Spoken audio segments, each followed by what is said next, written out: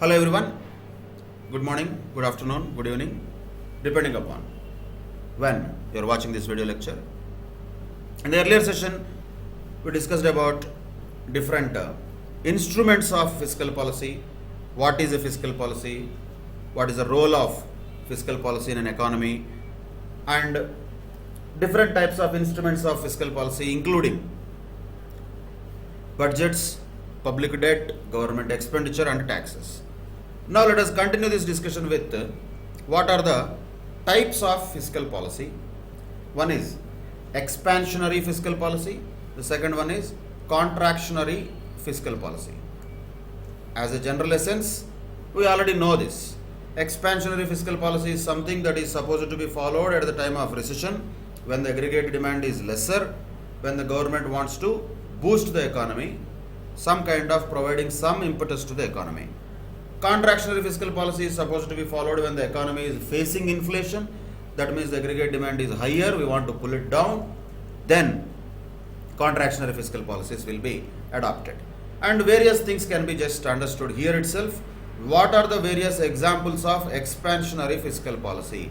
You can take all the four things. First thing, four instruments are there. Na? All four instruments you can have.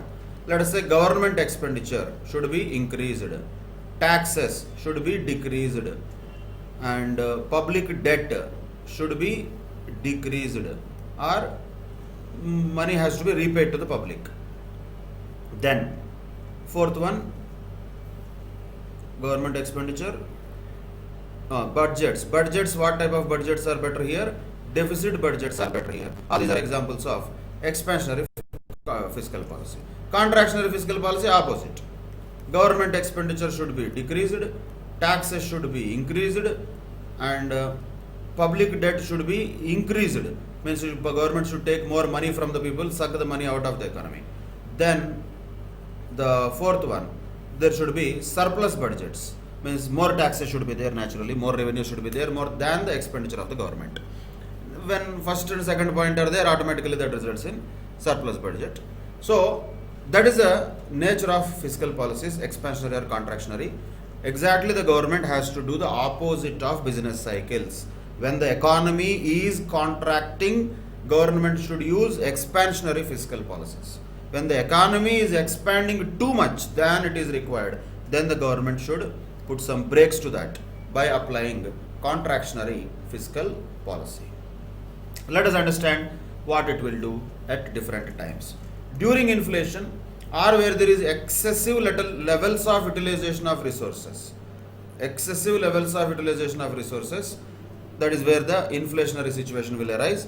The fiscal policy aims at controlling that excessive aggregate spending, excessive aggregate demand has to be reduced, it should be controlled, and that kind of policies are called contractionary fiscal policy.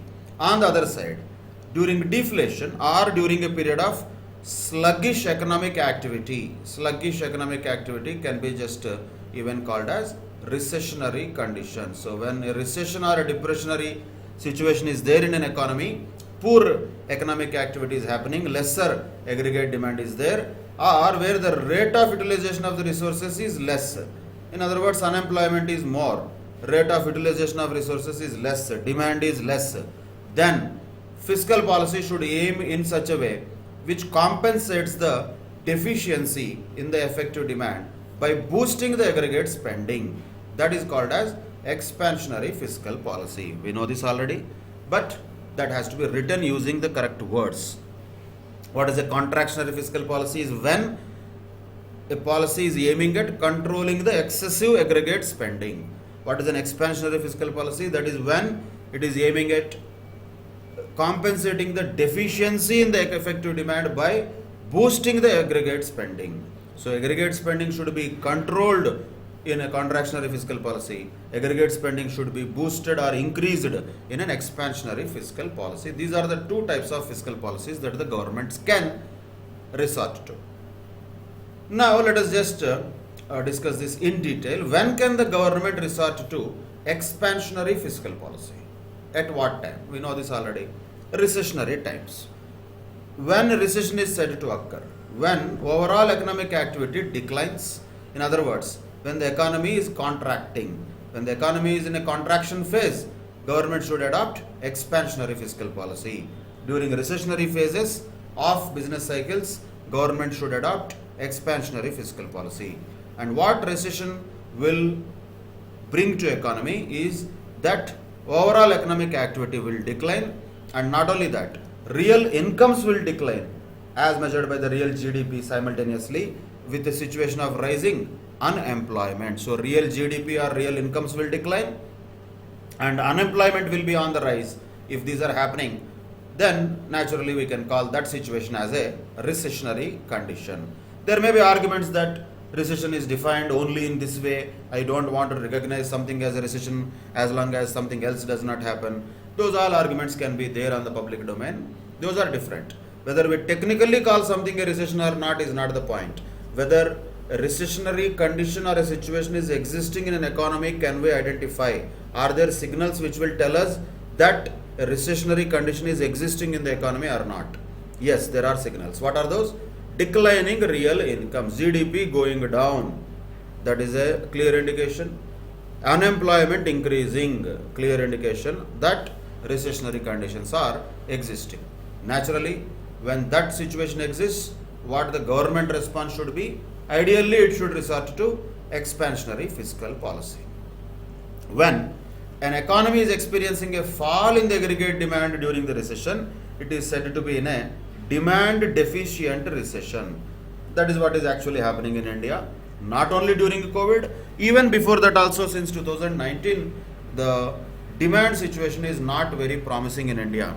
When the capacity utilizations of various factories has not crossed 70% or 60% in some industries. Power utilization is somewhere around 50 to 52%. That means we have a capacity of generating 100 units of a power, but we are using only 52 units. So it is a bad signal that aggregate demand is less. Automobile demand was less. Lot of indicators were there that they were showing that India is moving towards a recession. But very unfortunately, this COVID-19 or coronavirus has made it much faster fall in the aggregate demand and made us fall into much deeper recessionary condition. That is a demand deficient recession which we are experiencing. So that is where government is supposed to resort to expansionary fiscal policy. And what happens in this phase, what we are experiencing? Naturally, there is a decline in real GDP. Recent numbers that Q1 of 2020-21 has declined when compared with the last year 24%. That is an indication of decline in the GDP, and aggregate demand falls. Therefore, the lesser quantity of goods and services will be produced. When people are not buying, suppliers will not produce. That's what happens in such situation. So how to combat such situation? There is a slump in the overall economic activity during recession. How to combat that? Government can resort to expansionary fiscal policies. That is what is the background, we can say, or rationale for using an expansionary fiscal policy. How this will work? Expansionary fiscal policy will work like this. An expansionary fiscal policy is used to address recession, as we just now have understood, and the problem of general unemployment on account of business cycles. And this is a policy measure to close something called as a recessionary gap. Recessionary gap is something which is created during a recessionary period wherein unemployment is high and aggregate demand is low. To fill that gap, these expansionary fiscal policies can be adopted. What is a recessionary gap? Also, it can be called as a contractionary gap. That is said to exist when, if the existing levels of aggregate production is less than what would be produced with the full employment of resources. If the full employment of resources happens, of course, which never happens in any country, but if at all that happens, how much would have been the production, or let us say our capacity of production for a country as a whole, not for one factory, and how much we are actually producing and consuming? This gap is called as recessionary gap or contractionary gap. And why this gap is occurring? Why economy suppliers are not producing? Not because they don't want to produce, because there is no demand. On the other side, demand is very less. Naturally, to counter that phenomena, production also will become lesser and lesser. than what it could have been produced with the full employment of resources. That is called recessionary gap. And when this gap occurs, naturally during the contractionary phase of business cycles, that means this phase of business cycle, when the business cycles are going down, that is where contractionary phase of business cycles will happen. This is the expansionary phase of business cycle. We are definitely in this phase now, contractionary phase of business cycles. So what should be the combating mechanism for that? When the business cycle is showing a contractionary signals, we should adopt opposite, expansionary fiscal policy framework. So contractionary phase of business cycle is where this contractionary gap or recessionary gap occurs, and that results in high rates of unemployment naturally, that we can also see currently in India recently, which are all visible to us at the current situation. Maybe the situations will change. Once the economy comes back onto the track, unemployment will also go down. But for that, government action through expansionary fiscal policies also should take place. So in these all cases of recessionary conditions, what the government should do? It should intervene through expansionary fiscal policy. How? By increasing public expenditure and reducing taxes. So that is an example of expansionary fiscal policy. When the government increases the public expenditure and reduces the taxes, that is called as an expansionary fiscal policy, because it keeps more money with the people. People will have more money than the government. Money is flowing from government to the people. That is an expansionary fiscal policy. How?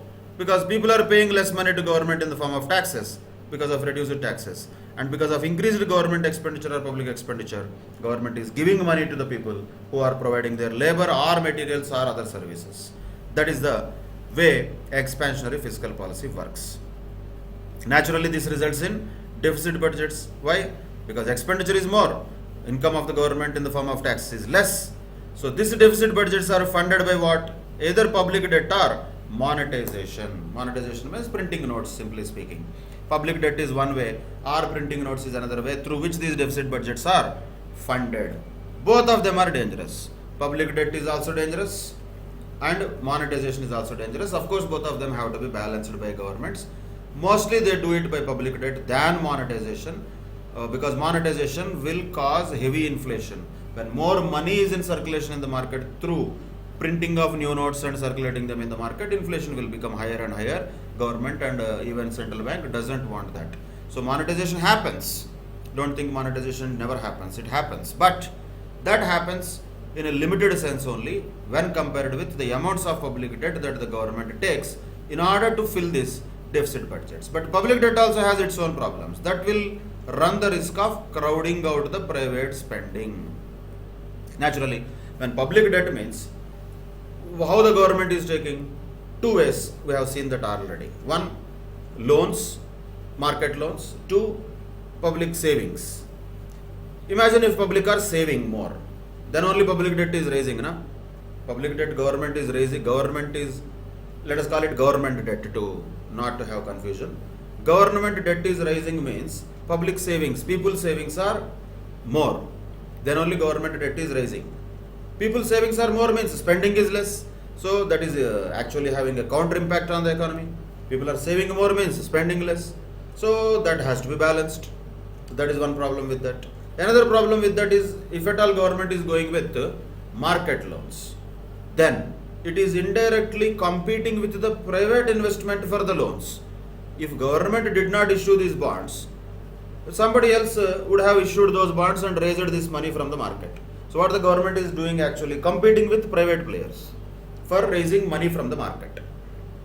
What happens because of that? Naturally, the private people, the investment or investors who are supposed to use these funds for development, they will not have sufficient financial resources. That is also called crowding out. There is a separate question on crowding out. We will discuss that in detail later. But public debt creates this problem of crowding out private spending. Monetization creates the problem of inflation. If at all the government wants to fill the deficit budgets. But deficit budgets are inevitable if at all the government wants to have expansionary fiscal policy. Why government wants to have expansionary fiscal policy? Because there is recession, because there is aggregate demand, which is lesser than the aggregate supply. So the problems of all these things are linked with each other. Government tries to solve one problem, in the way of solving that problem, another problem occurs. To address that problem, government will take some other action. While doing so, some other problem will occur. That is a circus. It is the nature of the market. Nothing is absolutely correct. Nothing is absolutely wrong. Government always has to balance all these things so that ultimately not too much of unemployment. Nobody says that 100% employment should be there. It is just impossible, imaginary only. At least too much of unemployment is not there. At least inflation is not too high. Inflation will be there, but not too high. And little bit of social welfare is maintained. These are the things that government is supposed to achieve. Whether it achieves or not depends upon its, I would say, deliberate policy actions in the form of fiscal policy. If that is not happening in a positive manner, then naturally that shows the failure of a government, at least from the economic front. So, problems are there everywhere. We cannot say, do this is a solution for government's situation. Like recently in the COVID times, so many economists, just like that told, why don't you give money to people, send 7,000 rupees per month to the people's bank accounts for 3-4 months. So many economists told, including Nobel laureate like Abhijit Banerjee has told all these things. And some people used this word called helicopter money. Why can't government just give money to people like helicopter money and let the people spend so that economy is revived? There are arguments which are favoring the such type of thoughts, which is demand side economics will talk about. But is it really going to help? There are counter arguments also that will increase inflation. You give money to people, then people will spend, of course, but that will reduce the value of the money. When more money is in circulation, the value of the money will become lesser and lesser. As simple as that. When the value of the goods and services is less, which is produced, and the money chasing those goods and services is more, that will eventually lead to inflation. And we will be the same people who will cry about inflation if really the central government has done helicopter money during this crisis. So, people will be there on both sides. The government also will have to think on all the angles. Of course, whatever it thinks, that is none of our business. We cannot influence the government's thoughts, but we want, anybody as a country's citizens want government to take correct actions, correct decisions, correct policy measures, so that these economic failures are not going to have huge impact on the people's welfare and their lives and livelihoods. That's what is the objective of any government, and government has to manage that.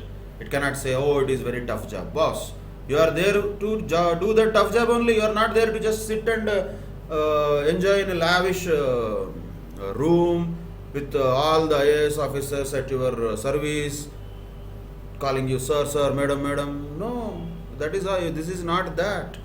The people who are at the top are having responsibility. They are supposed to do these tough jobs. Yes, we know it is very tough and it is not just easy. That we can understand. Definitely yes. It is a big circus that a government has to really do. Imagine a small organization itself is difficult to manage financially. An entire country, how tough it will be. So it is not that easy. No doubt in that. But that does not mean, I am doing a difficult job, so I can fail. No, sometimes we cannot afford to fail. Sometimes we cannot have that much of margin of error also. That is the nature of the economy. That is the nature of many economic policies, which people at the top in the government definitely have to know, understand and implement. If that is not happening, we don't have to sit here, comment, criticize, analyze. Whatever we do, it is all useless. It will show. It will show. Automatically it will show. Nobody is going to separately do anything. Either somebody comments positively or negatively or criticizes or praises the government. All this is useless and a time pass exercise. Really what happens, that will actually be felt by the people in the country. Are your incomes increasing? Yes or no? Are you in a position to spend more than earlier or not? Is there growth in your life? Are you able to spend or lead a good life? Has your, let us say, the standard of living increased or not? Are you eligible to get better education or not? Are you able to get better medical facilities or not? Is employment there or too much of unemployment there? Answers to these questions, any individual, simple citizen, who whether he is literate, illiterate, excellent, intelligent, genius, economist, non-economist, accountant, layman, anybody can answer these questions and understand whether good things are happening or bad things are happening. They will show. Nobody can hide them. These all GDP numbers, other big numbers like inflation rates, we are doing well, tractor sales increased, four-wheeler sales decreased. These all things are fine. But ultimately, the impact of all these policy decisions will show onto the people. It will take some time, that's all. Whether it is positive or negative, those things will have an impact on people. The point is, if they are going to have positive impact on the people, then definitely country will have better future. If they are going to have a negative impact on the people, which we don't know now, then that will cause further and further demand spiral and further recession and further unemployment. And if this is coupled with inflation, that is the worst case scenario, which should never happen, which is called stagflation. In other words, growth has stagnated, but inflation is there. That is called stagflation. If such a situation occurs, any economy will be in a very bad situation. And it is the job of the government, role of the government, duty of the government, responsibility of the government to stop the economy from going to such situation. And if it goes into such situation, to roll out and come back onto the track, bring the economy back onto the track is what government should do. And how they do it, they don't have a magic wand or something like that. They have to do through their policy decisions. One of them is fiscal policy decisions. One of them in that types of fiscal policy decisions, naturally at the times of recession, is expansionary fiscal policy decisions. Now, whether these expansionary fiscal policies are enough just to boost the growth or increase the aggregate demand, generally no. They need a support from monetary policy also. That is one of the reasons why the fiscal policy and monetary policy can be just compared to two sides of the coin, wherein both are equally important. Only fiscal policy or only monetary policy cannot have full positive impact on the economy. So both of them have to be managed well. Of course, fiscal policy from the central government, monetary policy through RBI. So how monetary policy should support fiscal policy is the question. What is monetary policy? How Reserve Bank of India will take monetary policies and all we'll discuss in chapter number 3. But this scenario at this level, what we are looking at is only knowing how monetary policy should support fiscal policy. That is the question. If that is the question, answer is this. An expansionary fiscal policy will be successful only if there is an accommodative monetary policy. If, for example, expansionary fiscal policy is there, that means government is spending a lot of money, but along with that, interest rates are rising, let us say, as a result of the increased demand for money, but money supply does not rise concurrently. Then naturally what happens? The private investment will be adversely affected. When government is resorting to expansionary fiscal policy, what happens? Naturally the money will be pumped into the economy. And if at all the money supply is not rising concurrently into the economy by printing notes or something like that, there is an increased demand for money. If there is increased demand for money, naturally interest is what is the price for money. Let us say a pen is having a price of 10 rupees, or a particular mobile phone is having a price of 20,000 rupees. Like that, what is the price of money? Money is also a commodity. What is the price of the money? What is the market price of the money? That is interest rate. So if that interest rate rises, then private investment will be adversely affected. So interest rates, who will manage? At a broader level, RBI will manage through its monetary policy. So interest rates have to be not rising, they have to be under control along with expansionary fiscal policy. Otherwise what happens? On one side, it's like there is a cart, one bull is pulling from this side, another bull is pulling from other side. Where the cart will go? Where this will go? It will not go anywhere. It will be there only. So economy will be there only where it is. That should not be the case. Then we have to have at least moving in the same direction. whichever direction it is, not in opposite directions. So fiscal policy, monetary policy should not be like this, should not be on opposite directions. They should be accommodative so that one policy supports the other policy.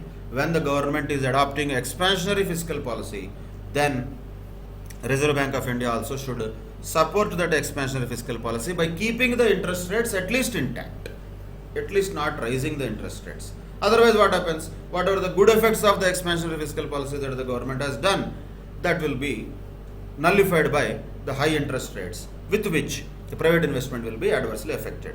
Now you can just understand why private investment will be badly affected with high interest rates. When interest rates are high, cost of capital is high. You know cost of capital in financial management. When cost of capital is high, naturally the hurdle rates are high. We know that in capital budgeting. That is the rate at which we have to discount our projects to take decisions on whether to invest or not. When discount rates are high, many projects will be rejected. So private investments will be naturally negatively affected because of rise in interest rates. All are interlinked with each other. And expansionary fiscal policy should be accommodated by a good supportive monetary policy also.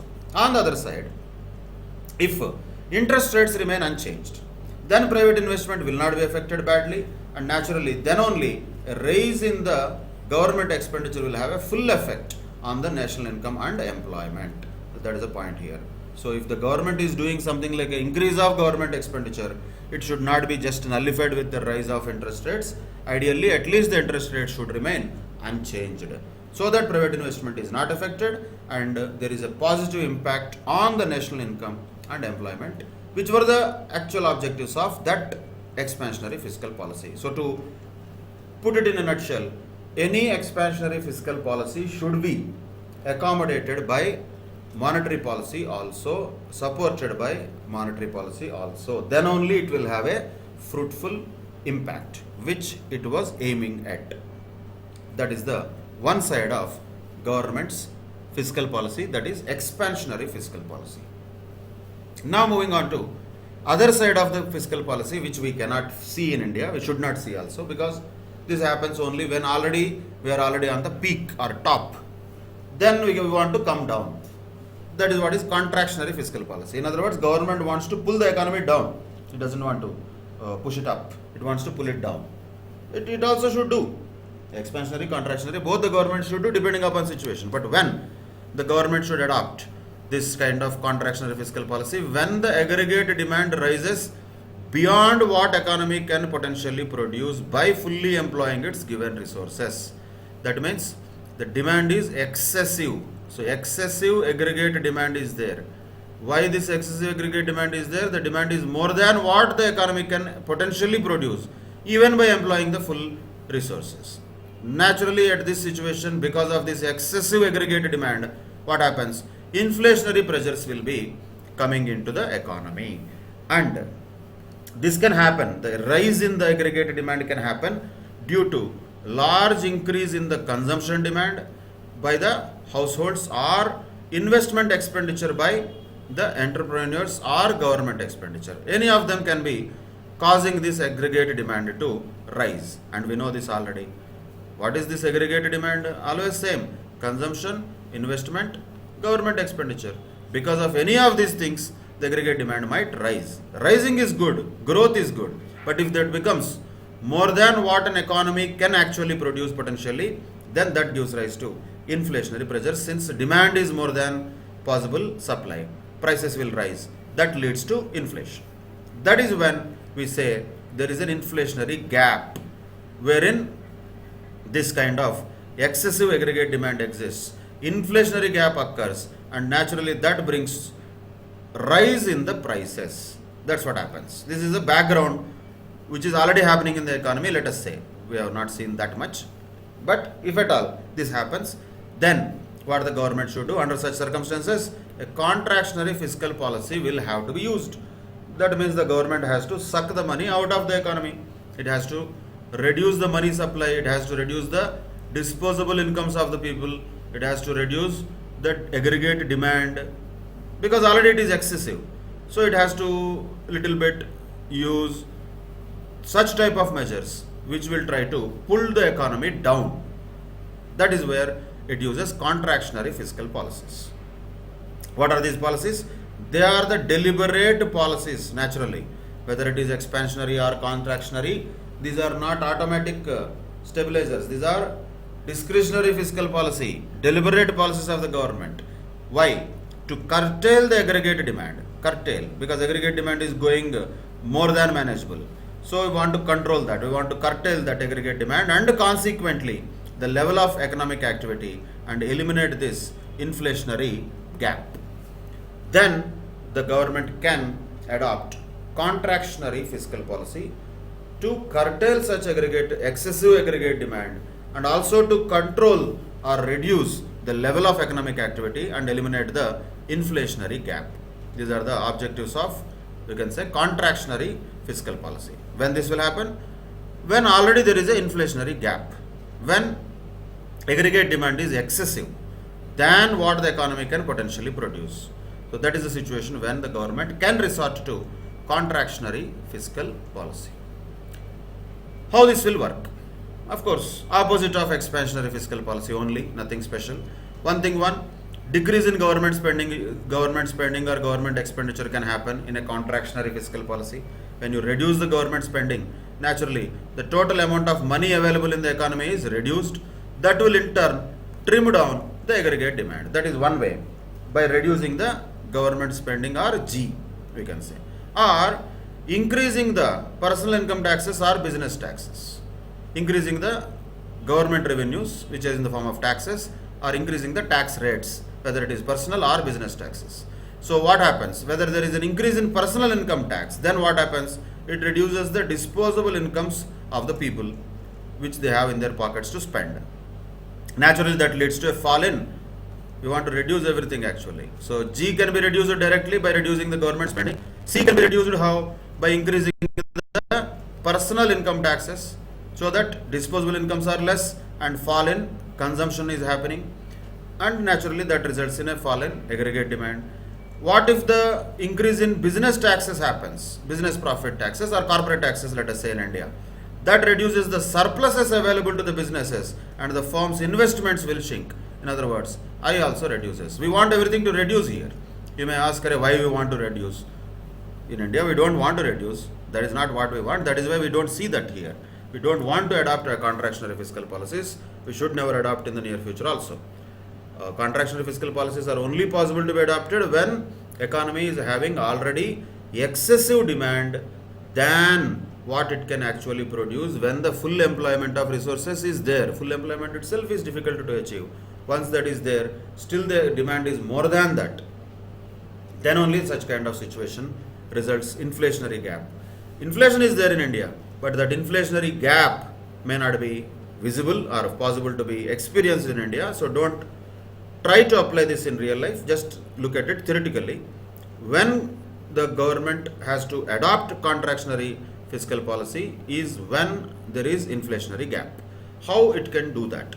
Either by decreasing the government spending, that is G, or by increasing personal income taxes, thereby reducing C, or by increasing corporate taxes or business taxes, thereby decreasing I. Ultimately, all of them are leading to what? Aggregate demand to fall. And a combination of both of the above measures also can be undertaken. Not necessarily only one of them has to be undertaken. A combination of both can also be undertaken by the government as part of its contractionary fiscal policy. Now let us understand how the fiscal policy can help the long-term growth of an economy. So fiscal policy, positive points we are looking at. What are the aspects of fiscal policy we discussed in this unit? One is discretionary and non-discretionary fiscal policy. What are the instruments of fiscal policy and what are the types of fiscal policy, including expansionary and contractionary fiscal policies, and how the expansionary and contractionary fiscal policies will work and under what circumstances they can be used by the governments is what in a nutshell we have discussed in this chapter. Now our unit, in this unit, let us move on to how the fiscal policy can help the long-term growth. What are the positive points of fiscal policy, we can say. If the fiscal policy is useful at all or is it useless? Of course it is useful. Definitely that might help the long-term growth. That is the importance of fiscal policy also, you can say, for long-term growth. But while doing so, we need to look at two types of fiscal policies for understanding purposes. One is demand side policies and supply side policies. Demand side policies are generally short-termistic in nature. Generally, let us say, like some of the economists have suggested, if the government of India transfers 7,000 rupees or something per month to the bank accounts of all poor people in India, it can do that. Actually, not a big deal. It did not do, but if it does that, is it going to solve the problem of their unemployment? Is it going to solve the problem of their hunger forever? No. Only it is going to support during these difficult times of Corona, and it is definitely good also, definitely encourageable also, but at the same time it is not a long-term solution. It is only a short-term solution. Usually, the demand side policies, unaccompanied by the policies to stimulate the aggregate supply, cannot produce long-run economic growth. They might be only like painkillers, we can say. Painkillers are also important. You cannot say, let the patient suffer, I will not give painkiller because it is not going to actually cure his disease. That is a bad doctor, sadist doctor actually, if some doctor says like that. But we have to also understand as a doctor that it is not a permanent solution. It is only a painkiller. For the temporary situations, it might be required. Those are demand side policies, and a lot of demand side economists suggest such type of pumping of money into the economy by the government through adopting an expansionary fiscal policy in bad times. But once again, the limitation of such suggestions is they are not going to produce long run economic growth. No. Those are the limitations of demand side policies. That means what? Definitely the fiscal policies are to be coupled with supply side effects also. Something like, say, infrastructure spending. We have seen that. Even in American government's spending of $800 billion, almost around $250 billion was spent on infrastructure. Though it was not that much required for that country, but they did. That is going to have a positive supply side effects. If that money is also given to all the people as unemployment benefit, it might have immediate relief. Actually, it should be balanced. In fact, any economy has to balance the both demand side policies and supply side policies. Demand side policies will be useful for immediate relief of the people under problem, under struggle, and under various situations of almost desperation. But supply side policies are also equally important to be taken so that they will support the long run economic growth. One of the examples of that is infrastructure spending. Though it looks like a demand side policy, it will put money into the people's pockets by giving them employment, by giving them money, because they will supply materials and services and labor to the government. Yes, it is a demand side policy only, but it will have a positive supply side effects also. How? Because when the government is supporting the building of a modern infrastructure, the private sector is provided with the requisite facilities it needs. So is it not happening? Is it not helping the private sector also simultaneously by creating the demand side as well as supply side positive effects? Yes. That is why, if you observe, particularly the Indian government, not only now, even I am listening it from past 20-25 years, our what is mantra? Infrastructure, infrastructure, infrastructure. Always we talk about that. Always highways, Gramin Sadak Yojana, big projects, Kaleshwaram, Polavaram, these big projects. Tunnels are opened, big flyovers are opened. So many projects are there, metro projects. Why all this infrastructure spending? That is the only way of balancing both demand side and supply side positive effects. Creating a demand side positive effect by generating employment into many people in the country. That is one advantage, though it is temporary, because most of these construction workers are not any permanent employees or something. But still it is important also for their survival. And on the other side, it is creating a positive supply side effects because the private sector is provided with the requisite facilities that it needs in the form of ports, airports, roads, electricity, internet. All these things are required to private sector. And that is how government, one way we can say, particularly for countries like India, developing countries, are balancing this both demand and supply side policies. Then, on the other side, the government's provision of public goods, something like education, research and development, etc., will provide momentum for long-term economic growth. Of course, we cannot say government is doing very good job in India as far as this area is concerned. Unfortunately, we are spending less than 1% of our GDP on research and development. This is a fact. And countries like Korea, South Korea are spending something like 8% of their GDP. Even countries like China with the highest high GDP, they are spending somewhere between 2 to 3% of their GDP on research and development. We are not spending that much. So when will we get innovation? Where will we get new things to be developed? What have we invented actually? Indians have invented so many things when they were abroad. USB was invented by Indian, and email itself was invented. Hotmail, actually, not that general email. Public usable email like Hotmail was invented by Indian, and we know very well, and we are very proud that our people like Sundar Pichai, Sachin Nadella are CEOs of top companies in the world. No doubt, yes, Indians have done good job. What about India? What about the country as such? We are doing as far as research development and new inventions are concerned. It is okay. We are only just trying to do something. Particularly in the space technology, we have achieved a good result. And pharma industry, yes, to some extent we achieved a good result. But in the other cases like technology, science, or basic fundamental research, or other things, including automobile, or let us say software. Software development in India is more of support only, not much new invention. That is unfortunate truth. We are only maintenance people, not that we are creating something new. Not much is happening there. Why is that? If the government spends more and more laboratories are established, more scientific temperament is encouraged, people should be encouraged to ask questions, people should be encouraged to be they should be inquisitive, they should have that enthusiasm to know things, question things. If that is the way the education is imparted with the rational scientific approach, then naturally these things, inventions will happen. Otherwise, what happens? Nothing happens. It shows we are only very good at using things than inventing things, which is okay. That's fine. I'm not saying that is wrong or something. Maybe we are better intelligent people than the other people in the world, where we are not actually putting the efforts to invent anything, but we are having all the comforts that the world has given to us. We are sitting in air conditioners, we are roaming in cars, we are roaming in metro trains nowadays, we are going in aeroplanes, everything we are enjoying. Fantastic. We are now communicating with one another through various modes which none of us have invented, but still we are enjoying that, which is good. That is on a user basis, it is okay, but over a period of time in future, that is not going to result in a better economic growth. In the long run, economic growth, if we want to achieve, government investment, it is not spending actually. A lot of times people think government is spending. There is a difference there. Government is, let us say, spending on education means it is investing on the people.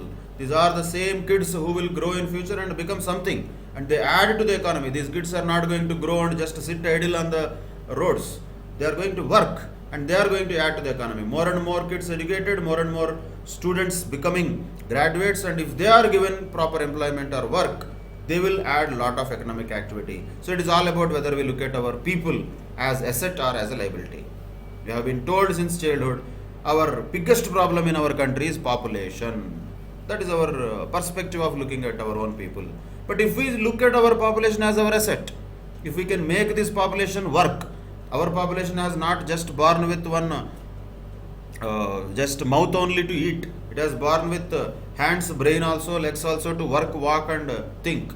If we can give this population sufficient resources, sufficient avenues to work, then the same population will become an asset and it will contribute fantastic to the GDP growth. In fact, that's what China did. That's what they have achieved tremendous levels of growth. When both India and China got independent, more or less at the same time with couple of years of difference, though we got independence before them.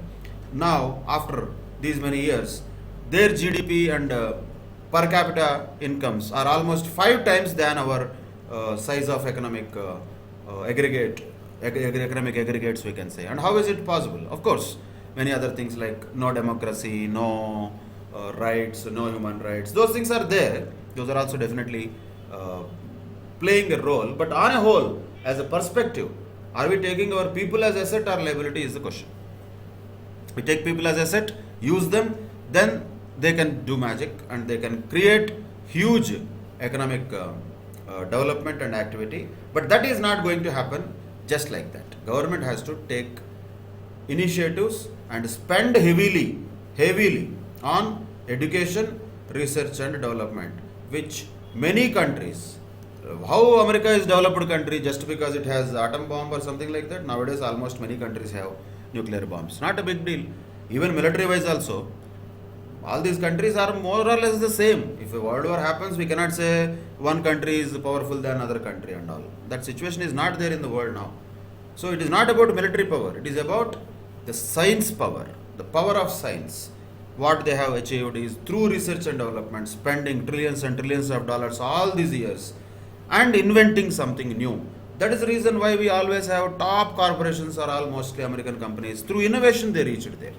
Not great things, actually speaking, but they had the support, they had the environment in which they could grow, and they had the access to capital when they required from the markets or from the financial system. All this supportive environment will be very much required for any economy to grow and reach to a good position. For that, from government side, it need not start companies and all. At least what it has to do is, it has to invest in its people by spending more on the education, research and development. That will provide momentum for long run economic growth. It is proven. We don't have to separately prove it. America, China, South Korea are the live examples of this phenomena, where they have spent on education, research and development, they are reaping the benefits of better economic growth. As simple as that. Now, next point. What about the tax policy? How the government should take a tax policy that helps the long-term growth.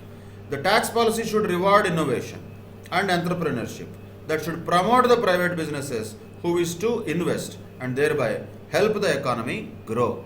So ease of doing business is one thing, in which tax policy is also one of the indicators or parameters.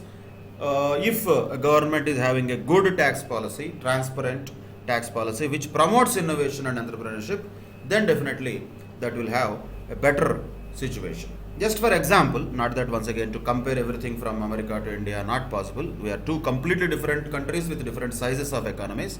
Only for understanding purposes, say a simple thing. In India, we have this set off and carry forward of losses. No?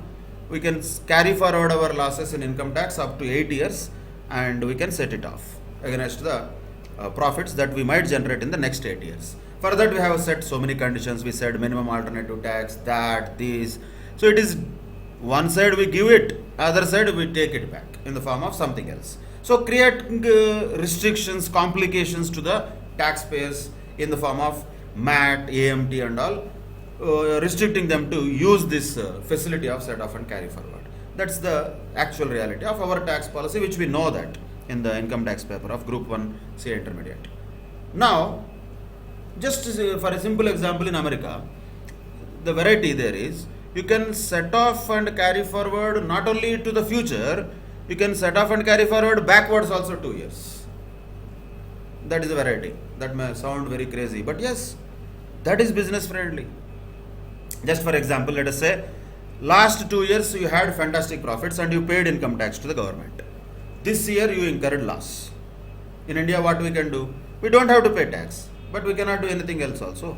We have to wait till next year. If we make profit, then we can set off. Then also we did not make profit, wait for 1 more year. Then also if we did not make profit, wait for 1 more year. When profits happen in future, till that time we have to wait to set off this loss. That is what happens in Indian tax policy. In America, it is not like that.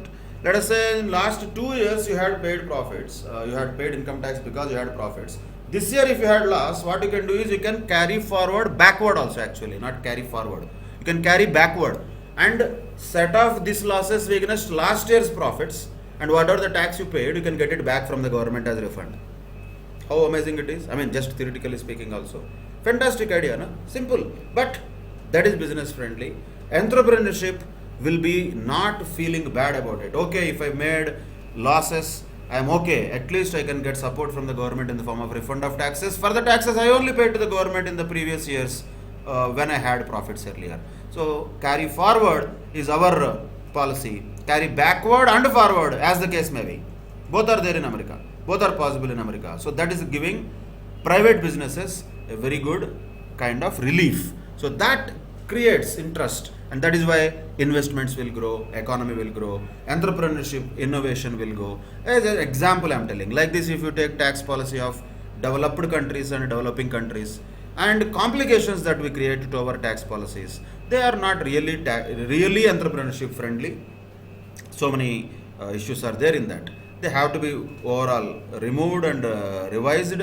Maybe if the government is coming with a DTC, that is a direct tax code in future, as it has come out with GST for indirect tax reforms. If it comes out with direct tax code for income tax reforms in future, little bit of complications like that can be reduced, and ease of doing business in India also could be improvised.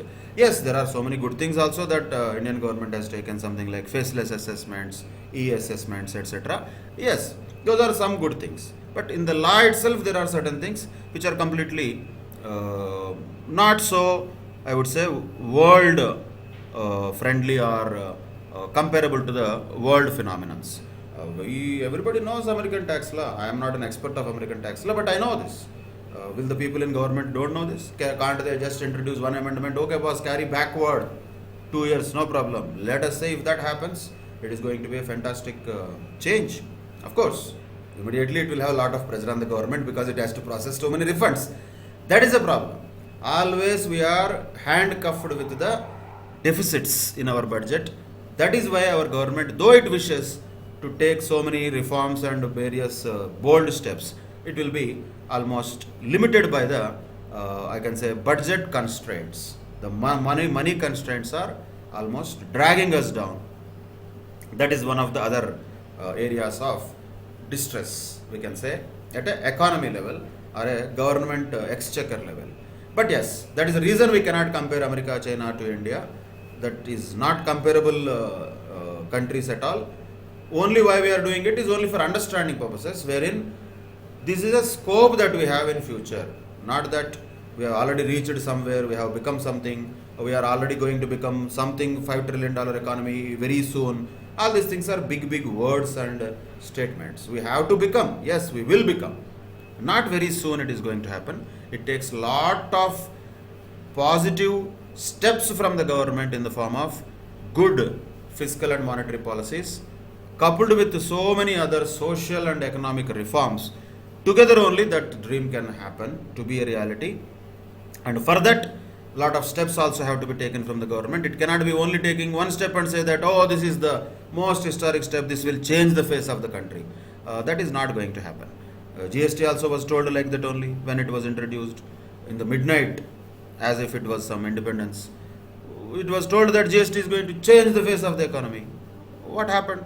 Okay, it's another tax. People are paying, filing returns and all good. And it has not changed something revolutionarily in the economy yet. It will take time. Same way, those things are not going to happen something like drastically. So suddenly demonetization I will do. It will change the face of the economy. It will remove the black money. It will do this. It will do that. All these things are only good for speeches. Reality is that economy will not react like that. Economy will have its own time. It will take its time, positively also, negatively also. It will take its time to react to that. And the point is, whether it takes a positive reaction or negative reaction, it shows onto the real lives of the people on the ground. And if that is going to become better and better, that is fantastic, good news. If not, that is a bad news. Something required to be changed, something required to be fixed. There is a problem. These are the things to be noted, particularly those who are in the government, because those are the ones who are going to take these fiscal policy decisions, and those are the ones definitely are responsible for the sustainable long-term growth of any country. Sustainable is also important to note. Long-term growth is important, no doubt. Sustainable growth is important. We cannot grow by damaging our environment, by selling our natural resources to somebody else. That growth is okay, but that is not going to be sustainable for a longer time. So sustainable long-term growth can happen where the government can take good steps, something like building modern infrastructure, providing the public goods like education and spending much money on the research and development, and having a tax policy which promotes private businesses and innovation and entrepreneurship. These are the various things that government can take as measures of fiscal policy, which might help long-term growth of any country. Now, this was a question given in a recent examination for 5 marks. How can the fiscal policy reduce the inequalities of income and wealth, or how can it ensure that equitable distribution of income and wealth will happen? Both are same. How the fiscal policy has the power, or it can have an influence on the overall equity in the economy, or equity in the public distribution of wealth and income. How that will do? How the fiscal policy can reduce such inequalities? Good, important question. One thing is, one of the ways how it can reduce is progressive direct tax system. We know this already. Because our direct tax system, like income tax in India, also is progressive. What it ensures is, it will definitely take more money from the people who earn more, and it will take less money from the people who earn less. So it ensures that those who have greater ability to pay contribute more towards the expense of the government, and the tax burden is distributed fairly among the population, not equally. If it is distributed equally, it is not fair. Simple logic we have to understand. When we are looking at passing some burden, the burden has to be passed fairly. There is a person who is capable of lifting a 100 kg weightlifting championship, and there is another person who is going to participate in a 50 kg weightlifting championship. If you give both of them 100 kg, then that is not fair. You cannot say it is equal. No, you should not. The one who is capable of lifting 100 kg should be given 100 kg competition. The one who is capable of lifting 50 kg should be given 50 kg competition. That is fair. So fair means the burden should be borne by those who can bear it more, and the burden should be borne by those less who cannot bear it that much. That is what is exactly the progressive direct tax system achieves. And that is one of the ways the fiscal policy reduces inequalities of income and wealth, or ensures equitable distribution of wealth and income in the society. Then, what about indirect taxes? Do they have an impact also? Yes, they have. Because they can be differential also. And a classic example is GST in India. Is it same for all the goods in India? No. There are multiple slabs. No?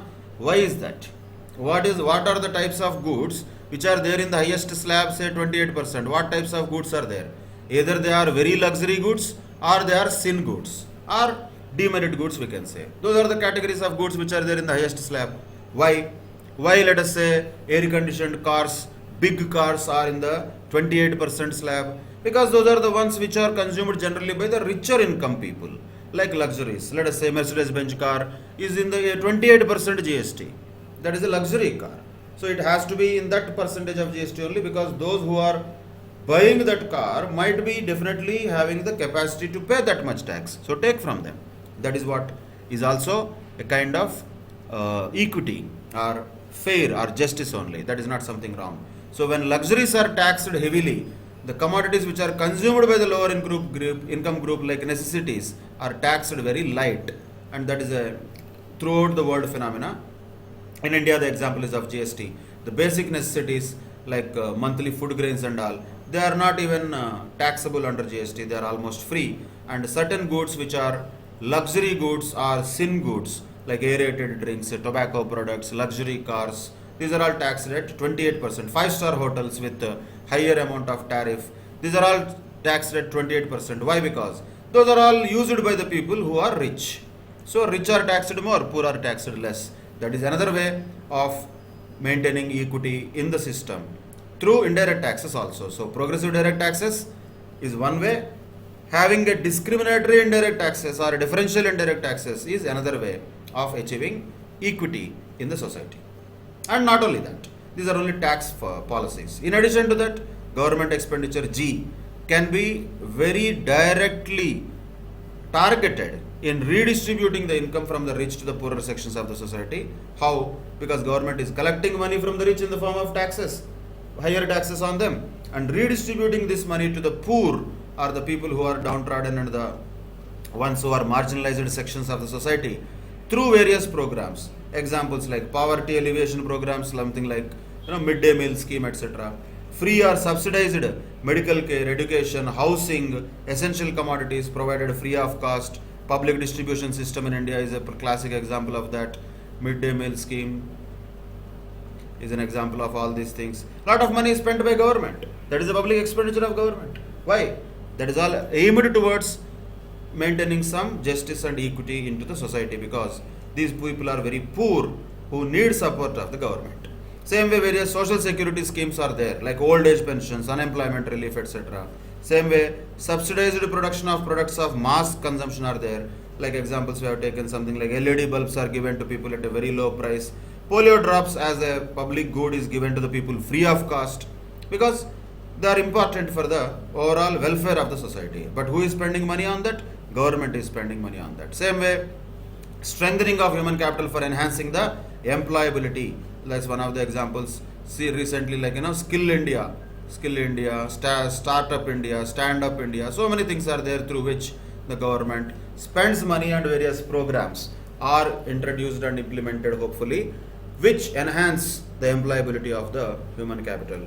Examples can be given many in India. We have numerous schemes in India. There is no end for them. So many schemes are there. Some centrally sponsored schemes by the central government and some of the state schemes, all of them put together. Ultimately, what they are doing in one nutshell is they are increasing the public expenditure or government expenditure by targeting it to certain segments of the society or poorer sections of the society. Why? Why should they do that? Because that is their job. That is part of their redistribution function. And that is how, through these fiscal policies, they can reduce or to some extent control the inequalities of income and wealth. Ideally, when the inequalities are rising, the government should act well by increasing the public expenditure on these things so that it is countered. Inequalities have to be countered not by the market. Market will create inequalities.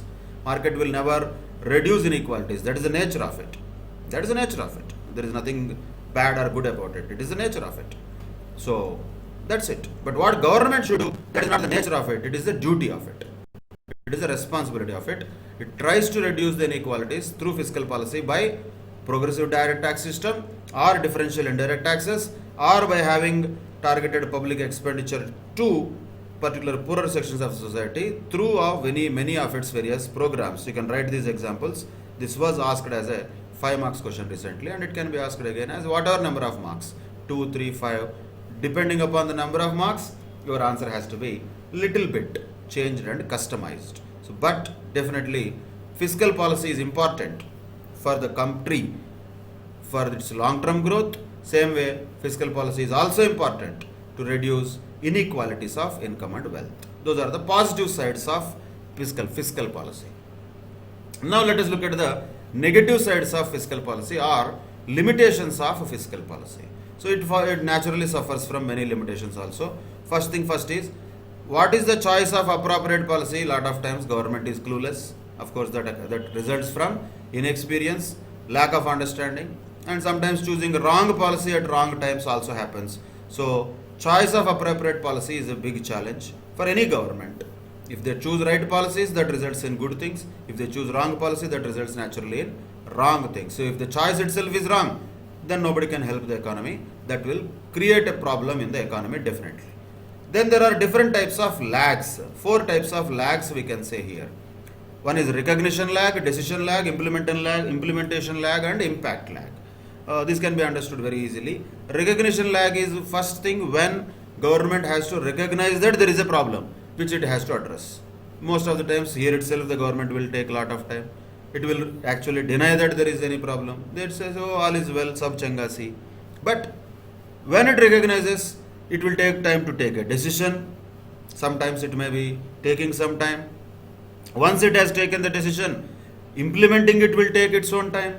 And once it is implemented, the actual impact of it will take its own time. So there is a lot of time period between the government recognizing the problem and actually the problem is being rectified or implemented in reality, and the impact is actually felt on the economy.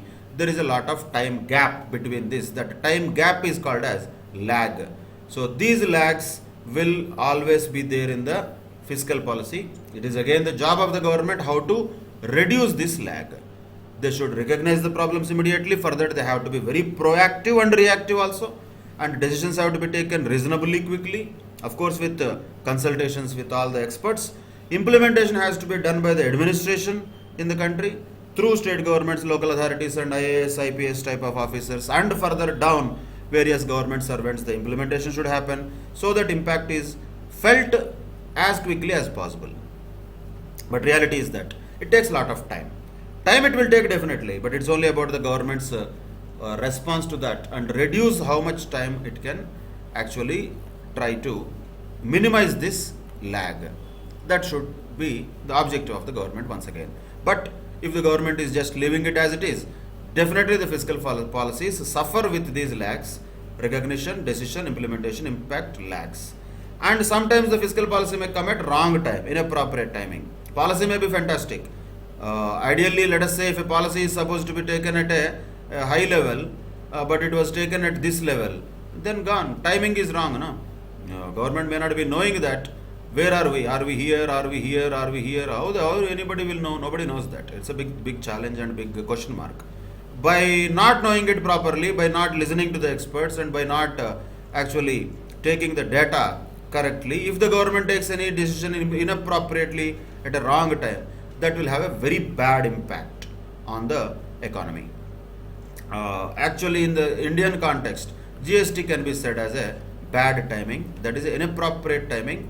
It is part of the fiscal policy only because it is a taxation policy. Taxation is one of the tools of fiscal policy. So GST is a fiscal policy decision by the government, and it is a discretionary policy. Deliberate implementation of this by the government has happened. And nobody is saying that it is bad tax or something like that. And it is very harsh to say that it is Gabbar Singh tax or something like that. Those are two extremes of thoughts. But actually what is the problem with this is inappropriate timing. Already the economy was suffering from the demonetization that happened in November 2016, and within another 8 to 9 months GST was introduced. So what happened is the small sector, the MSME sector, could not recover properly before the effects of demonetization. Immediately it was given with GST, which has created huge additional burden of expenditure, confusion and kind of complexity to them, and that has pushed almost many of the small industries out of the market. So that was an inappropriate timing. Maybe one more year they could have waited, and by that time they could have created a robust software for that, because they could not even actually implement GST with a good software. A lot of forms are still not there available even after the 3 years of its implementation. So a lot of one way we can say premature implementation happened. That is an inappropriate timing, we can say. Don't write all this in the exam, only for understanding purposes. Write these points, don't write these examples in the examination. So, but yes, as an Indian context, GST may be a good policy decision, no doubt, but unfortunately the timing was definitely wrong. Inappropriate timing happened. Then, difficulties of forecasting due to uncertainties will always be there, because future is uncertain. We don't know where are we heading or what is going to happen. So naturally there are some wrong decisions will be taken in the fiscal policies. That is quite common. And there is a possible conflicts between the different objectives. Something like political interests will be different and economy will ask something else. There is a conflict between them. Which one to choose is difficult. Like a simple example, classical, once again, don't write this, but as an example, let us say Prime Minister Narendra Modi has said that Mahatma Gandhi National Rural Employment Guarantee Act, popularly called Manrega, is a very bad policy of the earlier Congress government. He has criticized this on the floor of the parliament when he was elected somewhere in 2014. He has actually ridiculed this scheme. That is the political stand of that person or party, let us say, which is okay. That is their stand. We don't have any issue with that. But now what is happening? Since 2014, could they abolish this? They could not. They are increasing the amount that is spent on this. Why? If that was a bad scheme, that should be gone. No? That should be abolished. You just don't implement that. You only said that it is a bad scheme. Why are you not banning it? Why are you not abolishing it? Because you don't have an alternative for that. Because there could not be any solution other than that to generate some kind of rural employment in the India, because of the distress that is there in the rural areas and agrarian crisis that is faced by Indian villages. So what is happening? Though politically, still most of the times this Manrega is criticized by the party in power now. They have to go with this. That is a conflict. So naturally, what happens? They will do it, but they may not be doing it in a very interested manner. Maybe they are doing it. They are allotting some 60,000 crores. Maybe they are spending only 42,000 crores. They are allotting a lot of money but spending less. Like this, there may not be a clear indication of actually using the policy for the objectives that it is intended for. So this is common. This happens to any government, any party, because naturally governments are ruled by political parties. That fact we cannot ignore.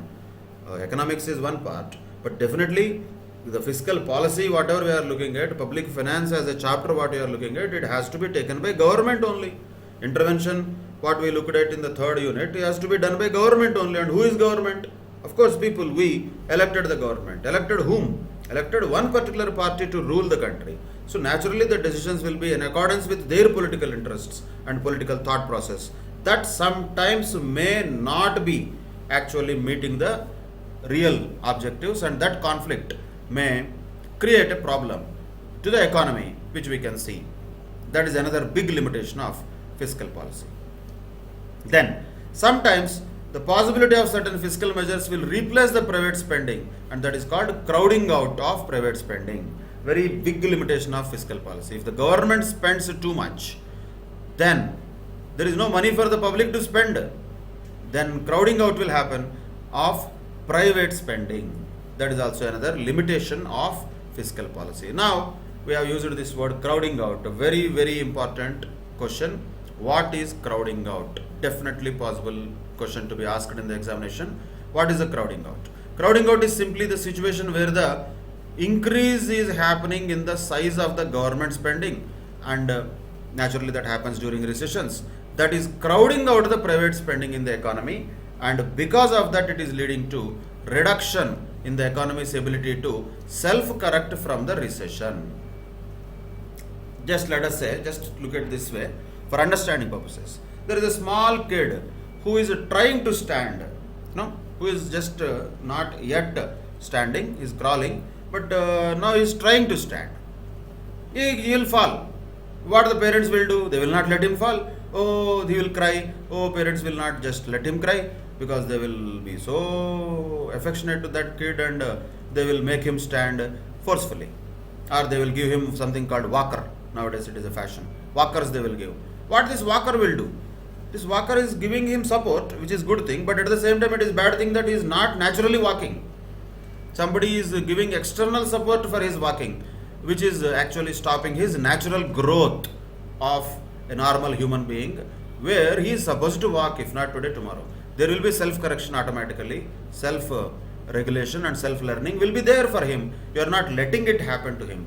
That is not a good thing. Same thing happens in economies also. If the government allows the market to self-correct, maybe it will have some negative impact, but it will do its self-correction. But before that, if the government spends too much of money at the time of recessions to boost the economy, that will crowd out the private spending, and possibly because of that, that will reduce the economy's prospects for long run economic growth. This can be even seen as a negative impact of even American situation. USA is still definitely in a very not so positive position as far as long run economic growth is concerned. It is almost like stuck into the debt heavily, and it has announced all these fiscal stimulus packages in 2009, and just in 11 years in 2020 also huge packages are spent by the government that will crowd out the private spending, and that is going to be a problem in long run. In short term, definitely it all sounds good. People will be happy. They are okay because they have more money with them. They are not having a big issue. Short term wise, it is a temporary fix, we can say, increasing the size of government spending. But that will have a problem in the long run. And definitely one of the reasons why Indian government is not spending as much as the other governments are spending during this COVID is definitely that crowding out situation should not happen in India is the intention of the government. I think so. Because of which we will hamper our possibilities of long run economic growth, which they don't want. So with some difficulties, some problems, little bit of basic necessities like food are met. Okay, let us just stop there. Let us not be giving too much money to the people so that they will spend and economy will be as usual like before. No need. Let it be. If it is going 24% down, okay, Papa, no problem. Let it go down. And it will come back, na? After some time. It will come back. It will come back automatically, is what generally the Indian government's thought process is looking like, which is also supported because it is one of the limitations of excessive government spending in many countries. America can afford that. Why? Because it can print dollars and throw it onto the world, because dollar is an acceptable currency throughout the world. Nobody questions that. But India cannot do that. Why? We print Indian rupees, who will accept that? Nobody will accept that. We only have to accept that. And if we print excessive currency, that will result in inflation, excessive money supply, and that is danger for us only. So, yet various high levels, Indian government and monetary and fiscal policies have their own limitations, and definitely there is a good argument also when we say the Indian government has spent less money than it is supposed to spend. The answer for that or defense for that could be the government did not want to really crowd out or create a situation of crowding out, and that might be dangerous if it has done to the long run economic growth. So definitely crowding out is not good thing related to any fiscal policy which is an expansionary fiscal policy. So crowding out is the side effect of an expansionary fiscal policy, we can say. So crowding out effect is the negative effect fiscal policies may generate when money from the private sector is crowded out to public sector. For example, let us say if the government provides free computers to the students, a lot of times we see this in the election promises. Oh, laptops are given free to the students. Gone now, if students are all given free laptops, where will be the demand for laptops from the students? The computers market is gone. The private sector will not be able to sell laptops to the students because they already got laptops from the government free of cost. So the private demand is wiped out, crowded out to government because of excessive government spending in the form of giving more freebies to the people. So that will be dangerous, is what crowding out tells us. Similarly, on the other side, as we discussed earlier also, let us say government increases its spending by borrowing from the market. How can government increase spending? Either by increasing taxes, which is not generally possible that much, that for particularly developing countries like us. So we have to only take loans. Borrowing from the market is one of the ways how the government can increase the expenditure. Naturally, when borrowing from the market increases, demand for loans increases. This pushes the interest rates up because government is competing with the private players. Let us say, just for example, not that it will be a zero-sum game like that. Let us say a particular year 100 lakh crores is the debt market of a country, or our country India, 100 lakh crores is the debt market, 1 crore crores. In this, government itself, if it is taking 80 lakhs crores, what is left to the private? Only 20 lakh crores. With this debt, what is available to the private sector, what it will do? That means what?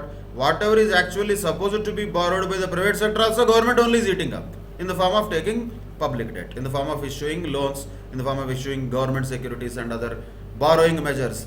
It is crowding out once again, and it is taking most of the chunk of the loans from the market.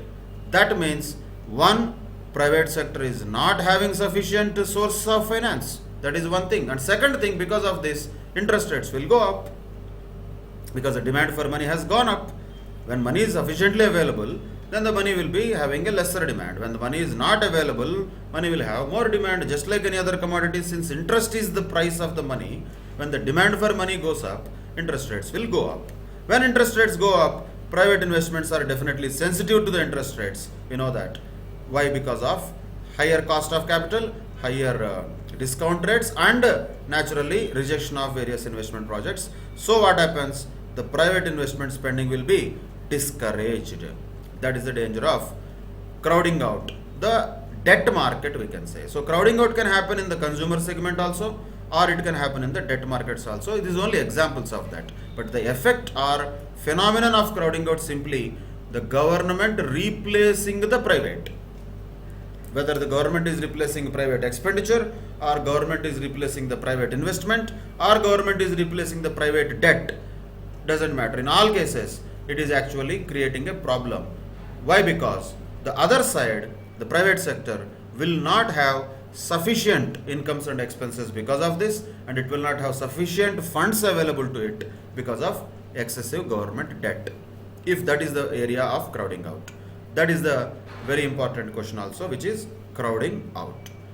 That is about the chapter 4 of unit 4 of chapter 2, public finance, very important chapter. Let us look at some of the past examination questions, just to understand how the questions appeared earlier. Most all of them we have discussed. Whatever we discussed are going to be only coming in the exam. Nothing special is there because we discussed everything. We did not leave any particular aspects. Only thing is we need to understand the question and retrieve sufficient and relevant points from what we already know. So what is price ceiling? Explain with examples. And these are the questions from the entire chapter 2. Chapter 1, determination of national income, is a very, very important chapter. Easily we can expect minimum 10 marks there, and here also in chapter 2 easily we can expect 10 marks minimum, that is I am talking. So put together chapter 1 and 2, easily we can get 25 marks. Keeping in mind total number of questions given are not for 40 marks, they are given for 50 marks because there is a choice also. In this, definitely 25 marks are going to be from chapter 1 or 2, for sure, there is no doubt in that. It can lead up to 30 marks also sometimes. That is the importance of these two chapters. First one is determination of national income, second one is public finance. So these were the questions which were given in the past exams. What is price ceiling? Explain with examples. How do markets fail in an economy, and what are the main reasons behind the market failure and economic inefficiency? Direct questions, all of them. Fiscal policy achieves social justice and equity. Comment on this with the help of examples. Just now what we have discussed, that was for 5 marks question given as I told just now. And examine the situation if aggregate expenditure exceeds the economy's production capacity. When the aggregate expenditure exceeds the economy's production capacity, naturally what is happening? Too much demand is there than the supply. That leads to inflation, that leads to the rise in the prices, and naturally that warrants a contractionary economic finance or fiscal policy from the government. Like this we can write for maximum 4 to 5 sentences for a 2 marks question, 7 to 8 sentences for a 3 marks question. What are the objectives of fiscal policy? Direct question. What are the types of government interventions applied for correcting information failure particularly? What is the mechanism of crowding out? Very important question, just now we discussed.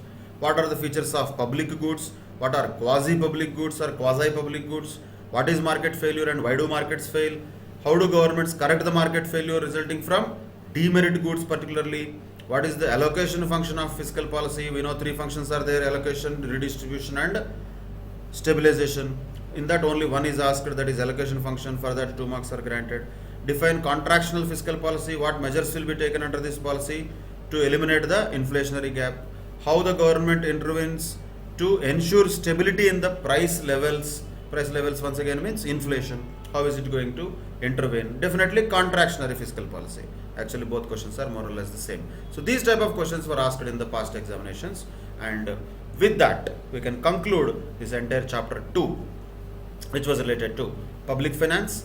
Chapter 1 was determination of national income and Keynesian way of determination of national income.